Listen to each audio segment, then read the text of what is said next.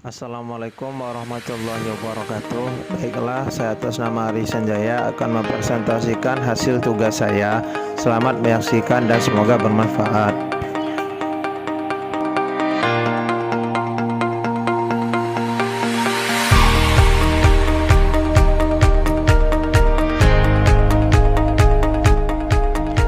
Secara umum, manajemen dikenal sebagai sebuah proses yang mengatur kegiatan atau perilaku sehingga menimbulkan efek yang baik.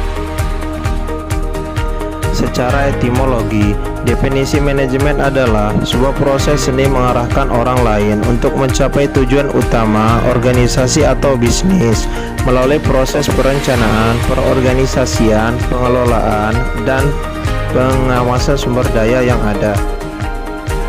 Manajemen diambil dari kata manage yang berarti mengelola sesuatu atau mengatur. Jadi segala kegiatan yang diatur dan dikendalikan sudah bisa disebut manajemen. Manajemen menurut para ahli. Menurut James F. Stoner, manajemen adalah proses perencanaan, perorganisasian, kepemimpinan dan pengendalian upaya anggota organisasi dan penggunaan seluruh sumber daya organisasi lainnya demi tercapainya tujuan organisasi. Fungsi organisasi ada 4, yaitu yang pertama perencanaan, perorganisasian, pengarahan, dan pengawasan dan pengendalian. Yang pertama yaitu perencanaan. Fungsi manajemen sebagai perencanaan merupakan fungsi utama dari sebuah manajemen dalam organisasi dan bisnis. Tanpa perencanaan, fungsi lain dalam manajemen tidak dapat berjalan dengan baik. Fungsi yang kedua yaitu fungsi pengorganisasian. Tujuan dari pengorganisasian adalah membagi suatu tugas yang besar menjadi kegiatan yang lebih kecil. Melalui proses pengorganisasian, seseorang manajer dapat menguasai dan mengontrol anak buahnya agar dapat melaksanakan tugasnya secara cepat.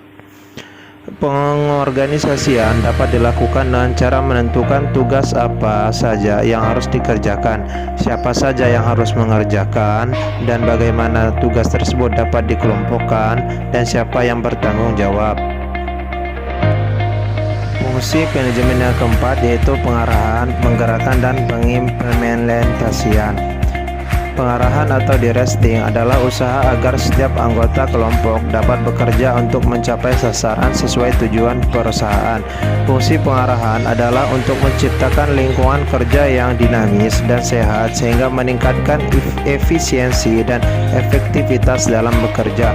Salah satu contoh kegiatan pengarahan adalah pemberian motivasi kepada anggota kelompok atau memberi tugas dan penjelasan secara rutin. Fungsi manajemen yang keempat yaitu pengendalian dan pengawasan. Pengawasan atau controlling harus dilakukan agar pekerjaan dapat berjalan sesuai dengan visi dan misi dan peraturan perusahaan. Fungsi pengawasan dapat digunakan untuk menilai kinerja dengan berpatokan standar yang telah dibuat, juga melakukan perbaikan apabila diperlukan. Contoh dari fungsi pengawasan adalah melakukan evaluasi secara berkala terhadap keberhasilan target dengan mengikuti standar indikator yang sudah ditentukan. Yang selanjutnya yaitu unsur-unsur manajemen. Dalam melaksanakan fungsi manajemen, sebuah organisasi atau perusahaan membutuhkan sumber daya yang dikenal sebagai unsur manajemen. Masing-masing unsur ini saling berkaitan yang tidak dapat dipisahkan, dan jika salah satu di antaranya tidak ada atau tidak sempurna, maka akan berdampak pada pencapaian tujuan perusahaan. Fungsi manajemen ada 7. Yang pertama yaitu manusia, uang, material, mesin, metode, pasar, dan informasi. Yang selanjutnya yaitu manajemen memiliki 16 prinsip. Yang pertama yaitu pembagian kerja, kekuasaan dan tanggung jawab, disiplin, kesatuan perintah, kesatuan pengarahan, mengabdikan kepentingan sendiri kepada kepentingan umum, penggajian pegawai, pemusatan koordinasi, jenjang bertingkat, ketertiban, keadilan, stabilitas kondisi pegawai, prakarsa, semangat kerja. Terima kasih dan semoga bermanfaat. Selamat berjumpa kembali. Wassalamualaikum warahmatullahi taala wabarakatuh.